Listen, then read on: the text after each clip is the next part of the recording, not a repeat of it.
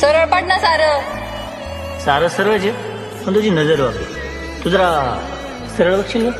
ती शिरी दिखीन की बघतो एकीकडं चालवतो एकीकडं तारता आणि हा होपलेस पण हो आय सी.